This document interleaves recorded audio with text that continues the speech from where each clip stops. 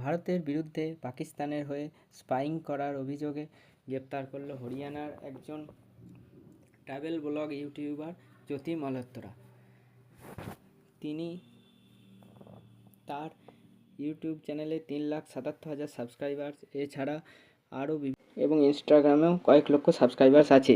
মালহোত্রা কয়েকবারই পাকিস্তানে ভ্রমণ করেছেন এবং সেখান থেকেই আটারি ওয়াঘা সীমান্ত পেরিয়ে গেছেন লাহোর, আনারকলি বাজার, পাঞ্জাবের কটাস রাজ মন্দির ঘুরে দেখার ভিডিও তার চ্যানেলে আপলোড করা রয়েছে, আপনারাও গিয়ে সেখানে দেখতে পারেন।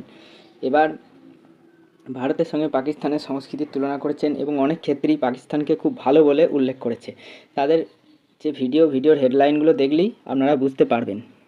এই প্রসঙ্গে আমি বলি, আগের বছর কাশ্মীরও গিয়েছিলেন এই জ্যোতি মালহোত্রা। সেখানে বিভিন্ন জায়গায় যেমন ডাল লেক, শ্রীনগরে বানিহাল, এই সমস্ত জায়গার ভিডিও তার ইউটিউব চ্যানেলে রয়েছে।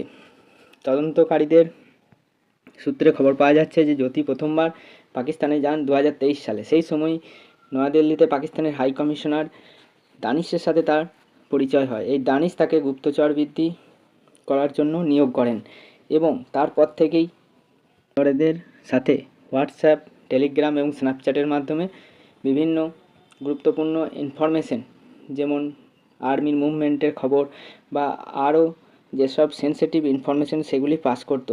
এছাড়াও জ্যোতি মালহোত্রা ছাড়াও আরও 5 জনকে গ্রেপ্তার করেছে। বেশিরভাগ জনই পাঞ্জাব এবং হরিয়ানার সক্রিয় সদস্য এবং আইএসআইয়ের বিভিন্ন হ্যান্ডেলারদের আন্ডারেই তারা কাজ করতো।